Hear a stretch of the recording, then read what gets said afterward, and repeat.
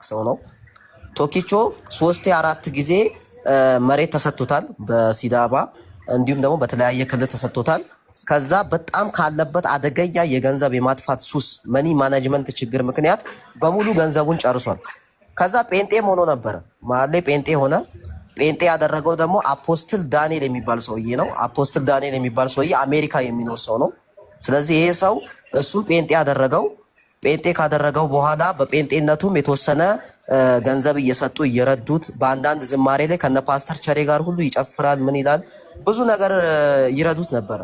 ከዛ በኋላ ግን አልቻለም፣ ኑሮን አልቻለም። እሱ የለመደው የላይፍ ስታይል አለው፣ የላይፍ ስታይል አለው የቶኪቾ ማለት ነው።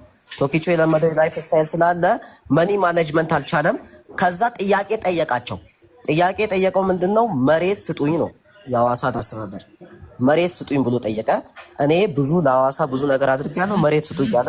ከዛ በኋላ አሁን ላይ የሚሰጥ መሬት የለም የተባለ ሂደት ላይ ነበረ። ሂደት ላይ ያለ እሱ በመሃል ላይ ማትሰጡኝ ከሆነ እኔ ብዙ ነገር ነው ስማችሁን ማጠፋው የሚል አይነት ነገሮችን ማውራት ጀመረ። እኔ እንደምሰማው ከሆነ ማለት ነው። ነገር ግን ይሄ ሁሉ ቶኪቾ የሚያወራው ሐሳብ የቶኪቾ ሐሳብ አይደለም። የቶኪቾ ሐሳብ ሳይሆን የአሲስታንት ፕሮፌሰር የተሰማ ሐሳብ ነው። የረዳት ፕሮፌሰር ተሰማ በውጭ ሀገር የሚኖር ሰው ነው። እሱ የሐዋሳ ዩኒቨርሲቲ ሌክቸር የነበረ ደነስ ሰው ነው። ተብታባ አስተማሪ ነው። ተብታባ አስተማሪ ነው። መሰረታዊ እውቀት የሌለው ነው። የህግ ምሁር የሚባል ነው። በሲዳማ ክልል እጅግ በጣም ትልቅ ቦታ የሚሰጠው ሰው ነው። ፕሮፌሰር ተሰማ ይሉታል፣ ግን ፕሮፌሰር አይደለም። ማስተርስ ነው ያለው። አሲስታንት ፕሮፌሰር ነው። ከዚህ በፊት የኢጄቶ ታጋይ የነበረ የሲዳማ ክልል ነፃ አውጪ ታጋይ የነበረ ሰው ነው። በኋላ ላይ ከእንትን አውጥተውታል። ከምንድነው ከጨዋታ ውጭ አድርገውታል።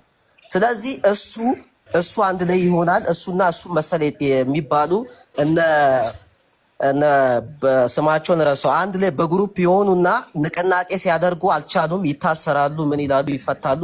መጨረሻ ላይ ተሰማም ጥሎ ወደ አሜሪካ ይገባል። መጨረሻ ላይ ጥሎ አሜሪካ ከገባ በኋላ አሁን ላይ የጀመሩት ሙቭመንት አለ። ሙቭመንታቸው ምንድነው? ሲዳማ ክልል ላይ የነበሩትን አመራሮች አውርደው እነሱ አመራር የመሆን እንጂ ሲዳማ ክልልን እንደ ክልል ለመቀየር አይደለም ሐሳባቸው። ወይም ደግሞ ውስጡ ያለው ችግር ምንድነው? ህዝቡ ላይ ያለው ችግር ምንድነው? ህዝቡን ለመቀየር እንፈልጋለን የሚል መንፈስ የላቸው።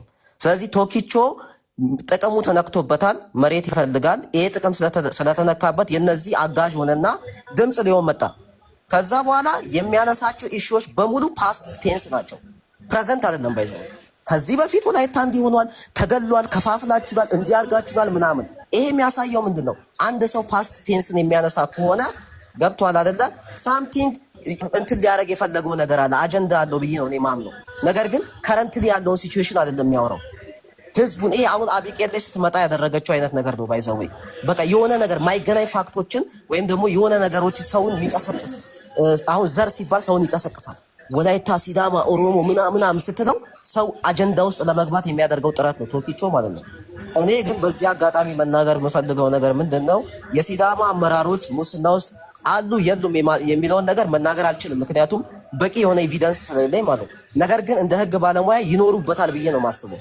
ይኖሩበታል፣ ሙስና ውስጥ ሊኖሩ ይችላሉ ብዬ አስባለሁ። ነገር ግን ቶኪቾም የመጣው እዚህ ጋር ጥቅም ፍለጋ ብቻ የመጣ አንድ ተራ ግለሰብ ነው።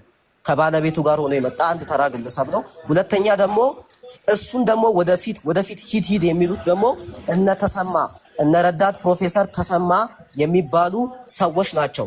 እነሱ እንደዚህ ሂድ እያሉ የሉትና ሌላ ፍላታ የሚባል ሰው አለ።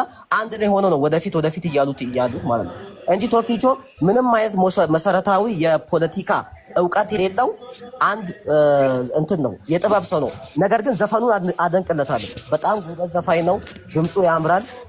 ይሄ የሆነ ወፍራም የሆነ ነገር አለው። በቃ አክቲንግ ይችላል። ከዛ ውጪ ግን ቶኪቾ ፖለቲካሊ አክቲቪስት ሆኖ ፖለቲካን ወይም ደግሞ ስለ ኢትዮጵያ ፖለቲካ ስለ ሲዳማ ፖለቲካ ያነበበው መጽሐፍ የለም። አሁን እዚህ ኢዮዳ ፔጅ ላይ ቢመጣ ደስ ይለኛል። ኢዮዳ ፔጅ ላይ መጥቶ 5 መስቀለኛ ጥያቄዎች ከፖለቲካ አንፃር ኢዮዳ ቢጠይቀው ሊመልስ አይችልም። ምክንያቱም ያነበበው ነገር የለም። በቃ this is done ይላል፣ እገላቸዋለሁ ይላል፣ ሊያጠፉኝ መጥተዋል ይላል። ይሄን የሚያህል ሰው ከሲዳማ ክልል መጥቷል፣ እኔን ሊገለኝ ነው፣ ሊያጠፋኝ ነው ይሄ የሚባል ሰው ደስታ ላይ ዳሞ ይላል፣ ስም ይጠቅሳል። በአንድ ጊዜ 10 ወንጀል ይሰራል በአንዴ ማለት ነው። እንደዚህ አይነት እኔ እንትን የታጋይ አይቻላልም በህይወቴ ማለት ነው። ስለዚህ ቶኪቻውንም ቢሆን የምነግረው ነገር ምንድነው ወንጀለኛ ነው። ቶኪቻው በዚህ ሰዓት ሂስ ክሪሚናል ወንጀለኛ ነው። ደፍሬ የምናገረው ነው ወንጀለኛ ነው። ለፍርድ መቅረብ ያለበት ሰው ነው። ጥቅሙ ስለተነካበት የሚመጣ ሰው እንጂ ስለ ሲዳማ አናላይዝ ይሰራል። ሌላው ደግሞ እዚህ ጋር ሲዳማ ኒውስም አለ። ሲዳማ ኒውስ ማለት ሌባ የሆነ ሚዲያ ነው። በጣም ምንም ማስረጃ ሳይኖረው የአንድ ሳይድን ብቻ ይዞ የሚያቀነቅን ተራ ሚዲያ ነውና እዚህም ስላሉ ደስ ብሎኛል። ለሚጠይቁኝ ጥያቄ እኔ እናንተ በማስረጃ እናውራ። ብራዘር ስድቡ ይቅርና ወይ በማስረጃ ነው። እሺ ሲዳማ በማስረጃ ላውራ። ደስታ ሊዳሞ እና አብርሃም እና ደግሞ አለማየሁ ጢሞቴዎስ ሌባ ናቸው ሲል አንድ ግለሰብ ሌባ ስለመሆናቸው የሰነድ ማስረጃ አቅርብልኝ።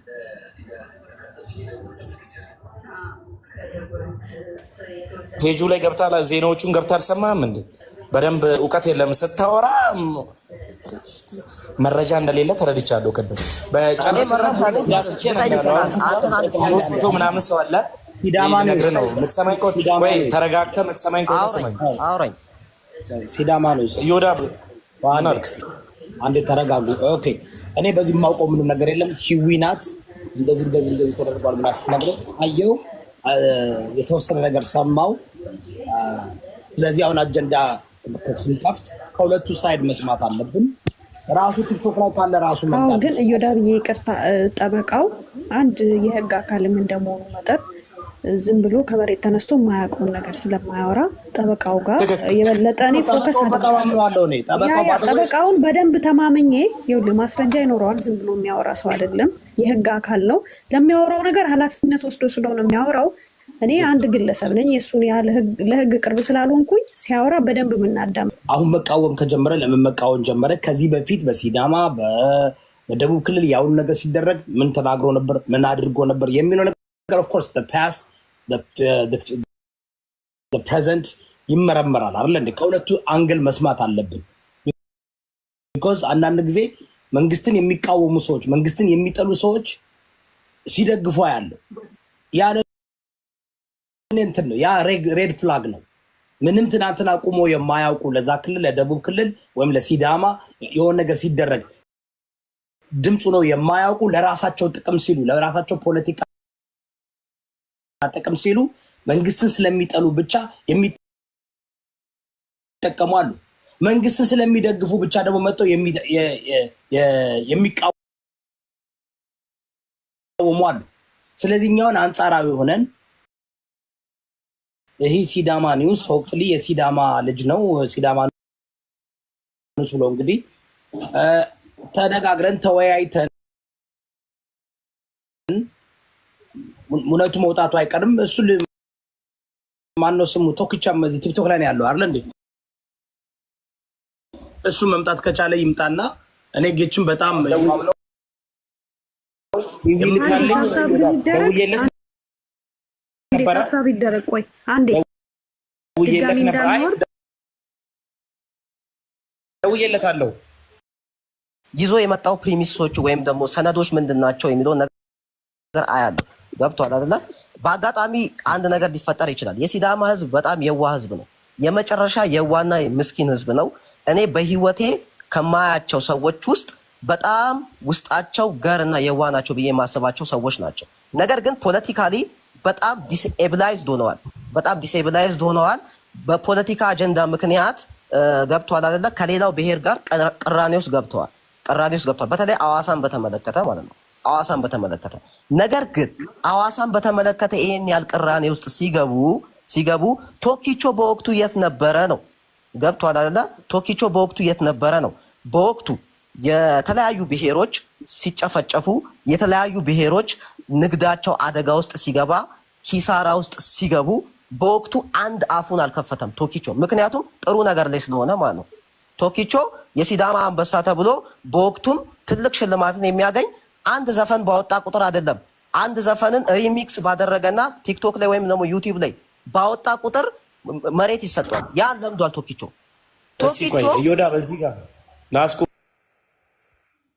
ላስቁምና ቅድምም ሲናገር ሰምቻለሁ። ቶኪቻው መሬት ወስዷል ብሏል። ቶኪቻው አንድ የወሰደው መሬት ካለ ማስረጃ አምጣ። እኔ እንዳልወሰደ አውቃለሁ። እንደወሰደ ደግሞ ማስረጃ ካለ አምጣ። ቶኪቾ ጨምበላላ በሚለው ሙዚቃ ምንም መሬት አልወሰደም። ልነግርህ ነው። እንደውም ቶኪቾን መሬት የሰጡት የወላይታ መስተዳደር ነው። ማንም ቅድም ስታወራ በተደጋጋሚ ሲዳማ ነው በኩል አልወሰደም። አሁን ደግሞ ወስዷል እያልክ እኮ ነው። የወላይታ መንግስት ሰጥቶታል። የወላይታ መንግስት ያልገባው ነገር ሊኖር ስለሚችል በደንብ አብራራለት። በተለይ መሬት የወሰደው የአድናቆት የሚል ከወንድም ህዝብ በሚል ጭምር ነው ከወላይታ የተሰጠው መሬት አለ። ሲዳማ ክልል ግን መሬት እንዳልተሰጠው ራሱን ብቻ ሳይሆን እኛም በግልጽ የምናውቀው ኢንፎርሜሽን መሬት አልወሰደም። ሲዳማ ክልል ውስጥ የወሰደው ወላይታ ውስጥ ነው። ኢንፎርሜሽን ስላለ አንተም በደንብ ዝርዝር አድርገህ አስቀምጥለት። ቶኪቾ በዘመኑ ዘመኑ ማለት ነው ከአንድ ጊዜ በላይ 2-3 መሬት መውሰዱን ታውቃለህ? ከየትኛውም ክልል ይሁን በቂ በሚሊዮን የሚያወጣ መሬት ወስዷል አልወሰደም? ይሄን ብቻ መልስልኝ። ማስረጃ አልወሰደም፣ ማስረጃ አምጣ። ኦኬ በጣም ጥሩ። ስለዚህ አንተ የምትለው ቶኪቾ አንድ ጊዜ ብቻ ከወላይታ ብቻ ነው መሬት የወሰደው ነው እያልክ ያለው? በደንብ እዮዳብ ዝም ብለህ እችን ነጥብ ያዝልኝ። ቶኪቾ እስከዛሬ በዘፈነው ዘፈን ውስጥ መሬት የወሰደው አንድ ጊዜ ነው ብቻ ብሏል። ስለዚህ ይሄን አንድ አምጣ። እኔ በፋክት ስለማስረዳ ችግር የለውም። እሺ ጥሩ ነው ለእኔ ባይዘው እንደዚህ መመለስ። ቶኪቾ ከአንድ ጊዜ በላይ መሬት ተሰጥቶታል በተለያየ ክልል ውስጥ ማለት ነው። በሲዳማ ክልል ውስጥ መሬት ወስዷል። አንድ ማለት ሁለተኛ ደረጃ ደግሞ ቶኪቾ እያስፈጸመ ያለው ቶኪቾና ሲዳማ ኒውስ እያስፈጸመው ያሉት የረዳት ፕሮፌሰር ተሰማን አጀንዳ ነው። ረዳት ፕሮፌሰር ተሰማ ማለት ደግሞ በወቅቱ የኢጄቶ ወይም ደግሞ በወቅቱ የሲዳማ ታጋይ ቡድን ኃላፊና መሪ የነበረ ነው። ነገር ግን ወደ ልክ ትግሉ ውጤታማ ሆኖ ሲዳማ ክልል ስትሆን ከአመራርነት አስወጥተውት አሻጥር ተሰርቶብኛል ብሎ ቂም የያዘ አንድ ግለሰብ ነው። ይሄ ግለሰብ በተለያየ ጊዜ ሐዋሳ ውስጥ ሽብር ሲፈጠር የነበረና ሲታሰር የነበረ የህግ ሰው ነው። የህግ ምሁር ነው የሚባል ነው። በሲዳማ አሁን በነ ሲዳማ ኒውስ አስተሳሰብ ያለ ተሰማ ትልቅ የህግ ምሁር የለም ብሎ ነው የሚያስቡት።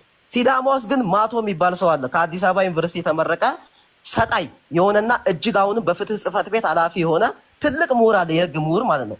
ነገር ግን ተሰማ እላያቸው ላይ ወይ ሰማይ እኔ ባይዘው እያንዳንዱን የህግ ምሁር ጠቅስላለሁ። ሐዋሳ ላይ ብቻ አይደለም እያንዳንዱ ሲዳማ ክልል ውስጥ ያሉትን ነው የምነግርህ ማለት ነው። ምክንያቱም እኔ ትልቅ ሌጋል ኤክስፐርት ነኝ። በተለያየ ነገር ተገናኝቻቸዋለሁ ከሁሉም ጋር አንተ ከምታወራቸው ላይ ከነ ጠቅላይ ፍርድ ቤት ፕሬዝዳንቱ ከነ ዲንጋማ ጭምር ማለት ነው ልጠቅስልህ እችላለሁ። ከነ ይሄ ማን ነው ከነ አበዙ ጭምር ማለት ነው። ሁሉንም ልጠቅስልህ እችላለሁ። ስለኔ ጠይቃቸው ሄደ ምን ጌች ብለህ ብትጠይቃቸው ማን ነው ሂዝ ስማርት ነው የሚሉት። ስማርት ነው ስማርት ብለው ይነግሯል። ኢቭን አሁን ለተሰማ አሲስታንስ አድርጎ ህግ ምክር የሚሰጥ ስሙን ማልጠቅስለት የህግ ምሁር አለ። የቴሌኮሙኒኬሽን ነገረ ፈጅ ማለት ነው። ጌች ብለህ ጠይቀው